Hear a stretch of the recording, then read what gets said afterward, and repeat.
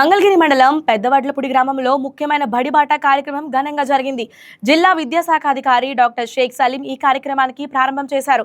కార్యక్రమంలో పిల్లలందరూ పాఠశాలలో చేరాలని, చదువుకు తల్లిదండ్రులు, అధికారులు కలిసి కృషి చేయాలని, పాఠశాలల్లో అందిస్తున్న వసతుల గురించి వివరించారు. తల్లిదండ్రులను చేర్పించి విద్యార్థులను పాఠశాలలకు రెగ్యులర్ గా పంపేలా మార్గనిర్దేశం చేశారు. ఈ కార్యక్రమంలో తెనాలి ఉప విద్యాశాఖాధి శ్రీమతి శాంతకుమారి, మంగళగిరి మండల విద్యాశాఖాధికారులు, పాఠశాలల ప్రధానోపాధ్యాయులు, గ్రామ పెద్దలు తదితరులు పాల్గొన్నారు.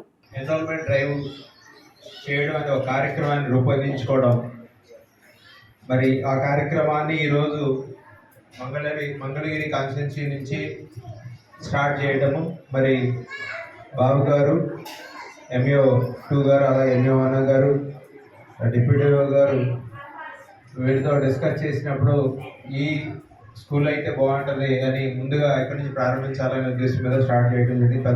పెద్దవడ్లపూడి.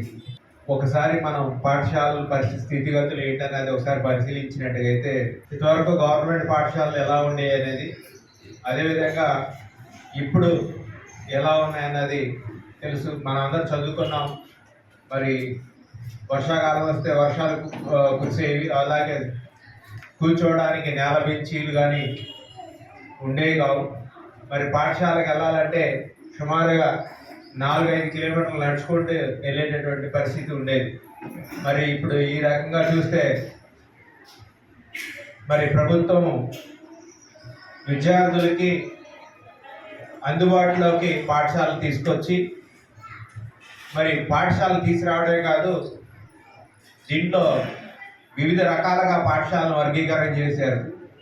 అవి ఫౌండేషన్ స్కూల్స్ 1-2 తరగతులు ఉంటాయి. అలాగే బేసిక్ ప్రైమరీస్ 1 నుంచి 5 తరగతులు ఉంటాయి. కానీ దీంట్లో 2 మాత్రమే, అంటే స్ట్రెంత్ని బట్టి టీచర్లు ఏర్పాటు చేయడం జరిగింది. కానీ అతి ముఖ్యమైనది మోడల్ ప్రైమరీ స్కూల్. ఈ పెద్దవడ్లపూడి కూడాను మోడల్ ప్రైమరీ స్కూల్. దీంట్లో ప్రతి క్లాస్కి ఒక టీచర్ని, అలాగే ఒక హెడ్ మాస్టర్ గారిని కూడా నియమించడం జరిగింది. మనం ఒకసారి ఆలోచించాలి, తల్లిదండ్రులు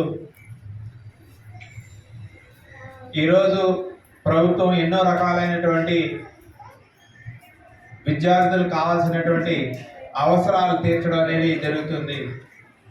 దానిలో ముఖ్యంగా చూసినట్టుగా అయితే విద్యార్థులకు కావాల్సినటువంటి నోటు పుస్తకాలు, టెక్స్ట్ బుక్స్, అలాగే మంచి నాణ్యమైనటువంటి యూనిఫామ్స్,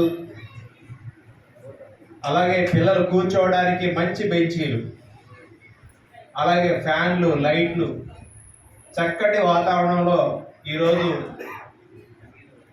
గవర్నమెంట్ పాఠశాల విద్య అనేది ఉంది. ఈ వీడియో మీకు నచ్చినట్లయితే లైక్ కొట్టి షేర్ చేసి మా వైకే టీవీ ఛానల్ని సబ్స్క్రైబ్ చేయండి.